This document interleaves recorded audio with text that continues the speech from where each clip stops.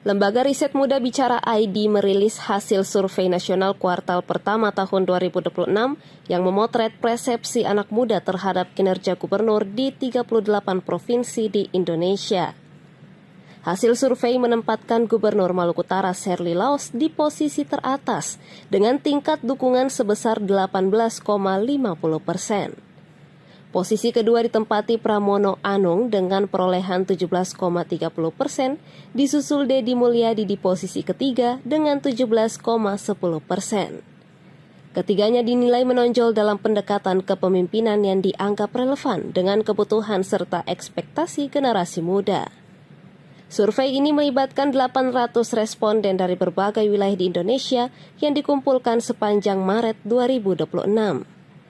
Penelitian tersebut tidak hanya mengukur tingkat kepuasan terhadap kinerja kepala daerah, tetapi juga menggali pandangan anak muda terkait kebijakan publik, kondisi ekonomi, hingga isu kesehatan mental. Hasil kajian menunjukkan bahwa penilaian generasi muda tidak lagi semata-mata berbasis pada capaian pembangunan fisik, tetapi juga pada sejauh mana kebijakan pemerintah mampu menyentuh aspek kesejahteraan psikologis serta membuka peluang masa depan. Dalam hasil tersebut, Sherly Laos dinilai berhasil menghadirkan pendekatan pembangunan yang inklusif dan komunikatif, serta aktif membangun kedekatan dengan generasi muda, termasuk melalui pemanfaatan media sosial. Sementara itu, Pramono Anung mendapat perhatian berkat fokusnya pada pembenahan tata kota dan transportasi publik. Adapun Deddy Mulyadi dikenal dengan gaya komunikasi yang dekat dengan masyarakat, serta pendekatan langsung ke akar rumput.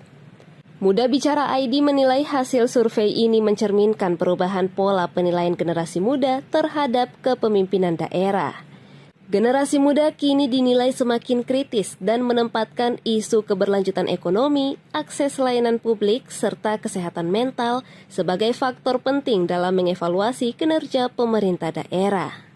Di peta besar politik Indonesia, kekuasaan hampir selalu bergerak di lingkar yang sama. Nama-nama besar lahir dari pusat. Strategi disusun dari ibu kota. Dan panggung nasional seolah hanya dimiliki oleh mereka yang dekat dengan jantung kekuasaan negeri ini. Namun sejarah tidak pernah benar-benar diam. Kadang ia berubah arah secara perlahan, hampir tanpa suara. Bukan oleh tokoh yang paling keras berbicara, tetapi oleh sosok yang datang tenang dari pinggiran, membawa cerita yang belum selesai ditulis. Hari ini satu nama mulai terdengar dari timur Nusantara, Sherly Joanda. Seorang pemimpin perempuan dari wilayah kepulauan yang selama ini jarang berada di sorotan utama politik nasional. Dari tanah yang jauh dari pusat kamera kekuasaan, namun kaya akan sumber daya, jalur laut strategis, dan masa depan ekonomi Indonesia. Pertanyaan pun mulai muncul, perlahan tetapi pasti. Apakah ia hanya akan dikenang sebagai pemimpin daerah, atau justru sedang berjalan menuju panggung yang jauh lebih besar, Pilpres 2029. Dalam politik Indonesia, kursi wakil presiden bukan sekadar posisi pendamping. Ia adalah simbol keseimbangan. Keseimbangan wilayah, keseimbangan generasi, keseimbangan gender, dan kadang keseimbangan kepentingan politik yang tak selalu terlihat oleh publik. Karena itu, setiap menjelang pemilihan presiden, selalu muncul kebutuhan akan figur yang mampu melengkapi kepemimpinan nasional. Bukan hanya kuat secara elektoral, tetapi juga memiliki makna simbolik bagi arah masa depan bangsa. Disinilah nama Sherly mulai terasa relevan. Bukan karena ia paling populer hari ini. Bukan pula karena ia berasal dari lingkar elit lama. Melainkan karena ia membawa sesuatu yang berbeda. Representasi Indonesia Timur, wajah kepemimpinan perempuan, dan figur yang relatif baru di panggung nasional. Dalam ilmu politik modern, kombinasi seperti ini sering menjadi titik awal lahirnya kejutan besar. Publik yang jenuh terhadap wajah lama perlahan mencari harapan baru. Dan harapan itu hampir selalu datang dari tempat yang sebelumnya tidak diperhitungkan. Namun, politik tidak pernah sesederhana harapan. Di balik setiap peluang selalu berdiri tembok besar bernama realitas kekuasaan. Popularitas di tingkat daerah tidak otomatis berubah menjadi elektabilitas nasional. Diperlukan panggung media, jaringan relawan, dukungan elit partai, hingga strategi komunikasi yang mampu menjangkau seluruh Indonesia. Tanpa itu, banyak tokoh potensial berhenti hanya sebagai wacana, ramai dibicarakan tetapi tak pernah benar-benar sampai ke garis akhir. Selain itu, sistem politik Indonesia tetap bertumpu pada kekuatan koalisi. Partai politik adalah gerbang utama menuju pencalonan, dan di dalam gerbang itu keputusan seringkali tidak ditentukan oleh suara publik semata, melainkan oleh negosiasi panjang di ruang-ruang tertutup yang tak terlihat kamera. Di titik inilah masa depan setiap tokoh diuji. Bukan hanya soal seberapa disukai rakyat, tetapi seberapa kuat ia mampu membangun kepercayaan di antara para pemegang kekuasaan. Meski begitu, dinamika menuju 2029 membuka kemungkinan baru. Indonesia sedang bergerak menuju perubahan generasi kepemimpinan. Pemilih muda semakin dominan, isu kesetaraan gender semakin diterima, dan perhatian terhadap kawasan luar Jawa semakin kuat, terutama karena potensi ekonomi dan geopolitiknya. Dalam situasi seperti ini, kebutuhan terhadap figur wakil presiden yang segar, tidak terlalu kontroversial, serta mampu mewakili Indonesia yang lebih luas menjadi semakin nyata. Dan secara matematis politik, nama Shirley mulai masuk ke dalam ruang kemungkinan itu. Bukan karena ia pasti terpilih, tetapi karena ia sesuai dengan arah zaman yang sedang bergerak. Namun semua kemungkinan itu tetap bergantung pada satu hal paling mendasar dalam politik, kinerja nyata. Sejarah menunjukkan bahwa pemimpin daerah yang berhasil membangun wilayahnya memiliki peluang lebih besar untuk naik ke tingkat nasional. Pembangunan yang terasa oleh rakyat jauh lebih kuat daripada janji kampanye manapun. Selain kinerja, visibilitas nasional juga menjadi kunci. Tokoh besar tidak lahir dalam kesunyian. Ia harus hadir dalam percakapan publik, terlibat dalam isu strategis bangsa, dan perlahan membangun kepercayaan lintas daerah. Tanpa kehadiran itu, nama sebesar apapun akan sulit menembus batas geografis. Dan di atas semua itu ada satu faktor yang tak pernah bisa diprediksi sepenuhnya, momentum politik. Kadang bukan siapa yang paling siap, melainkan siapa yang berada di tempat yang tepat pada waktu yang tepat. Sejarah politik Indonesia berulang kali membuktikan hal ini. Hari ini mungkin masih terlalu dini untuk menyebut Shirley sebagai calon kuat wakil presiden. Perjalanan menuju 2029 masih panjang, penuh tikungan dan syarat kejutan. Banyak nama lain akan muncul, banyak peta kekuatan akan berubah. Namun satu hal tidak bisa diabaikan, setiap perubahan besar selalu diawali oleh kemungkinan kecil yang perlahan tumbuh, hingga akhirnya tak bisa dihentikan.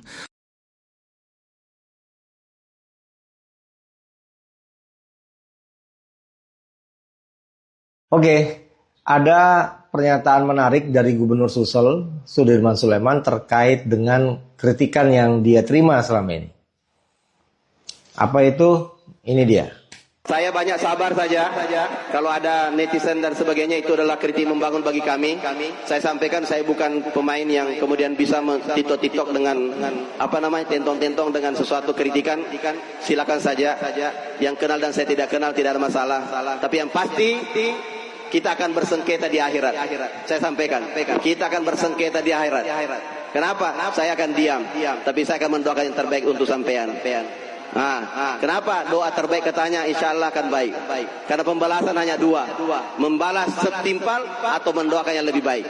Kita memilih yang lebih baik, mendoakan saja. Kenapa? Biarkan kami, berikan kesempatan kami untuk bekerja. Kami ambil pekerjakan, silakan kalau mau ambil ceritanya. Kami hanya bisa untuk memperbaiki pekerjaan kami. Kritikan adalah kritikan membangun, tapi tidak mudah. Saya sampaikan para Forkopimda di depan kita ini, para pimpinan luar biasa, setiap hari kita rongrong untuk membantu kami. Jadi pernyataan itu sepertinya disampaikan pada saat Gubernur menghadiri acara HUT Kabupaten Bone beberapa waktu yang lalu. Ya asik sih ya, mulai menerima gitu kan, tidak anti kritik, dia terbuka. Tapi ada yang bagi saya terlalu berlebihan ya. Kenapa dia bilang buat para pengkritik nanti kita akan bersengketa di akhirat nanti. Oke Pak, kita bersengketa Pak. Saya pasti mati, Pak Gubernur juga pasti mati. Persoalannya apakah sudah siap? Ya kan, ada orang yang di mulutnya saya siap mati, tapi pada kenyataannya hubbud dunya wa karyal maut. Jadi cinta dunia tapi takut sama mati. Ya, persoalan sengketa nanti di akhirat itu nanti Pak, urusan nanti. Karena di padang mahsyar itu jangankan saya sama gubernur nanti, bahkan kita, ya, saya dengan orang tua saya nanti tidak akan saling mengenal satu sama lain, karena kita nanti akan diminta pertanggungjawaban, diminta satu persatu untuk bisa memberikan kesaksian. Bagaimana perlakuan saya kepada orang tua saya perlakuannya kepada saya. Apalagi kalau cuma perlakuan gubernur kepada saya kepada gubernur. Nanti kita akan bersengketa, Pak. Ya, bukan berarti saya mau mengatakan saya sombong, enggak. Tapi saya hanya ingin memastikan bahwa saya sebagai orang yang selama ini mengkritik gubernur, kebijakannya ya, bukan secara pribadinya dia, kebijakannya. Saya siap bersengketa dengan Pak Gubernur nanti, di akhirat nanti.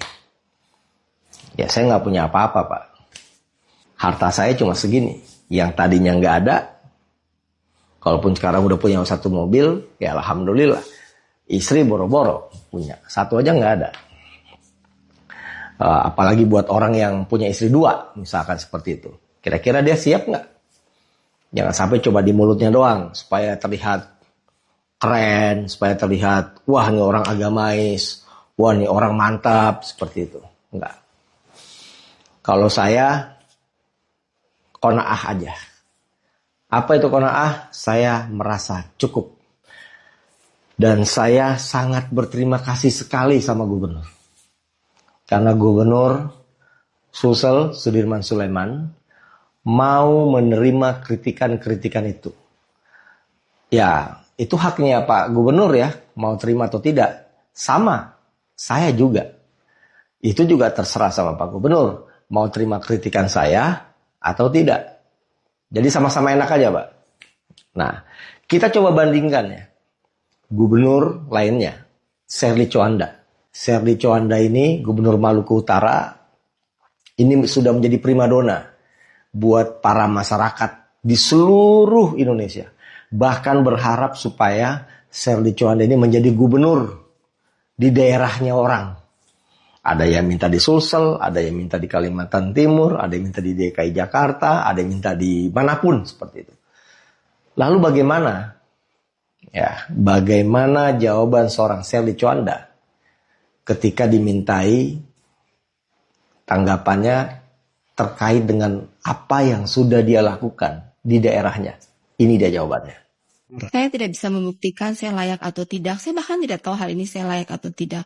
Layak atau tidak setelah 5 tahun selesai, semua janji yang saya bilang itu saya deliver. Apakah setelah 5 tahun masyarakat Maluku Utara itu hidupnya lebih sejahtera, rumahnya lebih baik? Apakah benar pendidikan kesehatan itu tetap gratis, sustainable, kualitasnya bagus?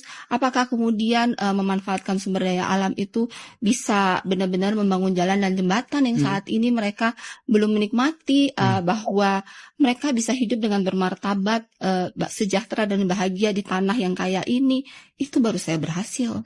Saya juga tidak bisa bilang hari ini saya akan berhasil atau tidak. Saya berniat untuk berhasil. Berhasil atau tidak itu masih panjang. Masih menjadi PR saya. Dan saya tidak bisa berjanji. Tidak ada orang siapapun yang bisa berjanji dia berhasil atau tidak. Persoalan sengketa nanti di akhirat nanti Pak. Saya nggak tahu siapa yang mati duluan nih. Apakah saya atau Pak Gubernur.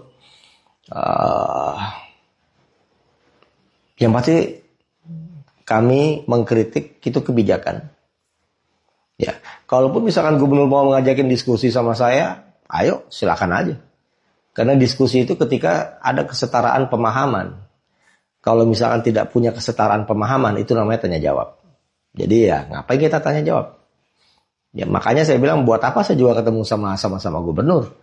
Kalau gubernurnya juga nggak pernah memanggil, nggak pernah mau ngajakin kita diskusi. Lagi-lagi saya coba tantang nih gubernur. Berani nggak Gubernur Sulsel panggil orang-orang yang selama ini kerap mengkritik kebijakannya? Tapi saya coba pikir-pikir, siapa-siapa ya yang berani kritik gubernur selama ini? Ada? Ada yang tahu siapa-siapa? Nah, coba isi kolom komentar. Jangan cuma para netizen-netizennya nih, para tim-tim buzzernya Gubernur Sulsel, ini hanya berani komen-komen sampah. Tapi gini, komentar cerdas. Ya, itu menunjukkan bahwa Anda emang cerdas, Anda layak di situ. Tapi kalau misalkan ada yang komen yang nyampah, yang nyerang pribadi saya bilang, wah, nggak layak loh jadi Karena gubernur Anda aja udah sangat-sangat ikhlas ya dikritik, masa tim suksesnya siap mati. Nggak usah bela mati-matian yang nggak pasti dibawa mati. Udah mendingan pikirin diri lu sendiri lah. Ya kan, tapi persoalan mengkritik, saya mengkritik gubernur bukan cuma dari zamannya Sudirman Sulaiman aja, tapi dari zamannya Pak Amin Sam, zamannya Pak Syahrul Yassin Limpo, Prof Nurdin Abdullah. Jadi bukan setahun 2 tahun saya mengkritik. Dari tahun 2007 saya udah mengkritik. Apa yang saya dapat? Nggak ada. Saya hanya menjalankan apa yang Allah berikan sama saya. Apa itu? Afalah taqilun. Apakah Anda tidak berpikir? Bapak saya bicara terus bagaimana? Total ada berapa pedagang kayak gitu di sini yang jual? Ada 10. Chelsea nangka. Ibu siapa? Ibu Dewi Ramli. Sudah lama jadi rekanan Bulog? Atau baru ini? Sudah. Oh, sudah punya NIB? Sudah punya NPWP? Ambil berapa dus minyak kita? Siap ambil 50. Ada kendala apa? Boleh saran. Kalau sana tuh di mana? Bulog. Angkut tuh bayar berapa? Satu treknya bayar berapa? Bukan pakai mobil L300, kalau 150. Bapak punya biaya kirim? Punya? Siap. Oh, Bulog punya. Bulog punya anggaran kirim. Berarti bisa minta antar. Selama Bulog belum punya gudang di sini. Tapi kalau Bulog sudah punya tempat posko di sini, ambil sendiri. Oke? Pak Wagub yang saksikan. Nanti Pak Wagub yang kejar. Secara teknis Ibu, di Bulog itu kan ada dipekerjakan orang juga. Dipastikan itu dibiayai di Bulog apa tidak? Dibiayain, ada anggaran. Dibiayai berarti jangan lagi dipungut ya. Pihak gudang jangan pungut lagi. Baik. Ya seperti itu. Kalau tidak ada biaya kita harus cari solusi gitu. Karena mereka juga butuh hidup di sana. Dipastikan betul tidak ada lokasi di sana. Biar perindaknya harus dipastikan itu. Kontrol.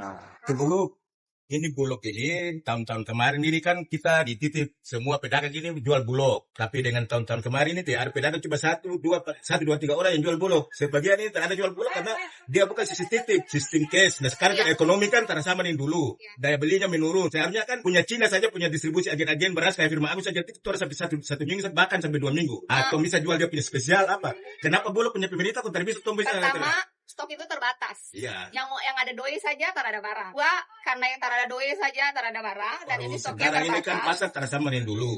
Orang jual pasar dulu itu daya belinya tinggi sekali, sekarang menurun. Bahan kebutuhan pokok kan naik semua, telur, beras, apa naik. Nah sekarang Firma Agus stok kosong. Jadi kita mau Stok jual apa yang kosong? Kayak terigu, beras juga kurang, gula juga kosong. Stok menipis sekali. Kami mohon kalau bisa sistem itu kayak agen. Untuk Bulog nggak bisa. Ini aturan dari pemerintah pusat. Ya, harus tunai. Iya, saya. Kemarin kan kita kan ada nama, tapi beli kok nggak dapat. Itu bagaimana?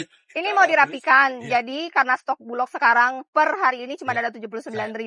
Jadi kita akan prioritaskan satu pasar itu minimal ada 10 penyalur dulu. Betul, Semakin hari akan semakin bertambah Saya, perlahan-lahan. Iya, betul. Kuota minimum sekali ambil 50. Kemarin harusnya maksimum kalau kuota banyak bisa 200, tapi karena kuota menipis. Bentar Bapak, saya bicara selesai, Bapak bicara terus bagaimana? Bicara gitu, Bapak tidak tanya-tanya pertanyaan yang sudah mau saya jelaskan.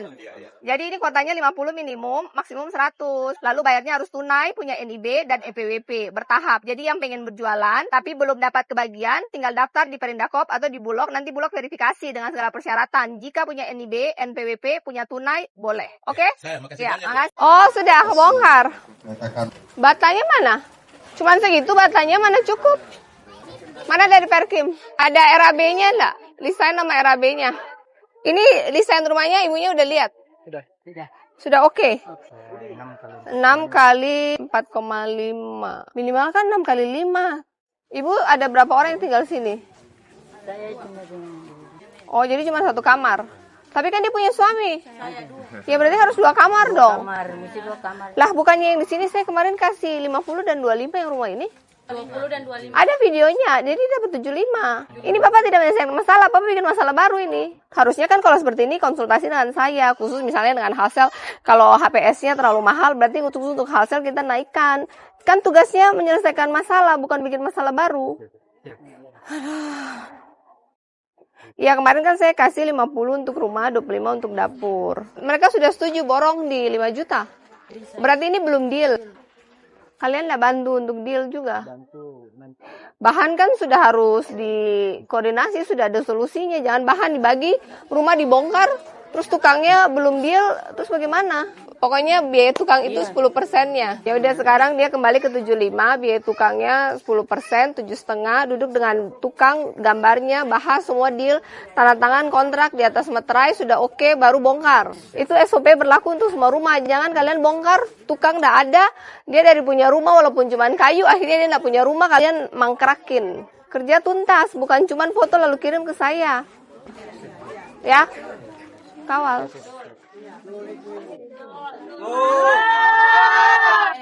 Nanti saya sosialisasi ada nomor pengaduan ya. Jadi selesai baru boleh pulang ya. Jangan bongkar orang rumah, terus orang nggak bisa tinggal. Oke, pamit. Dadah. Dadah, Adek. Petani selama ini tuh hidupnya masih pas-pasan. Kalau semua petani hidupnya pas-pasan, pasti yang muda-muda ini tidak mau lagi jadi petani. Tapi kalau di daerah maju seperti di Amerika, bahkan di China sekarang pun, yang punya mobil mewah dan yang hidup sejahtera itu adalah petani. Petani di negara maju itu hidupnya sudah sejahtera. Kenapa? Karena produktivitas mereka tinggi, mereka sudah menggunakan alat-alat teknologi, sehingga kerjanya tidak menggunakan tenaga lagi, tapi menggunakan otak. Untuk itulah saya mengapresiasi Pak William dari BIM datang menawarkan beasiswa full kepada anak-anak Maluku Utara. Kenapa?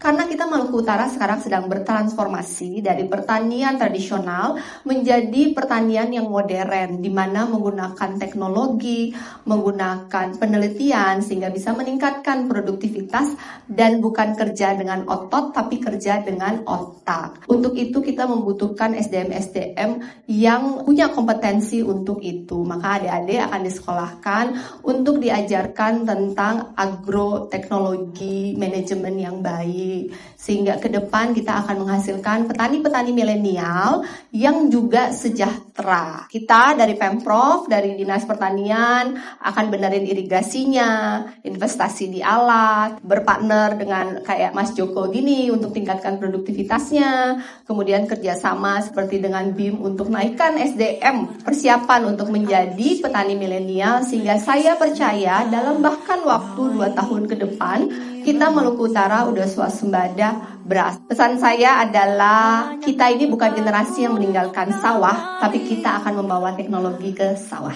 Terima kasih. Wassalamualaikum warahmatullahi wabarakatuh. Saya sangat berharap dapat menerima beasiswa dari BIM University ini dan memiliki kesempatan untuk mengembangkan potensi saya. Saya percaya bahwa beasiswa ini akan menjadi langkah awal bagi saya untuk mencapai impian saya dan membuat perbedaan di masyarakat. Saya ingin pesan ini sampai ke semua anak Maluku Utara. Jangan pernah takut bermimpi besar. Dengan kerja keras dan semangat, kita bisa meraih apapun yang kita inginkan. Mari kita belajar dan tumbuh bersama untuk membangun Maluku Utara yang lebih baik. Doa dan harap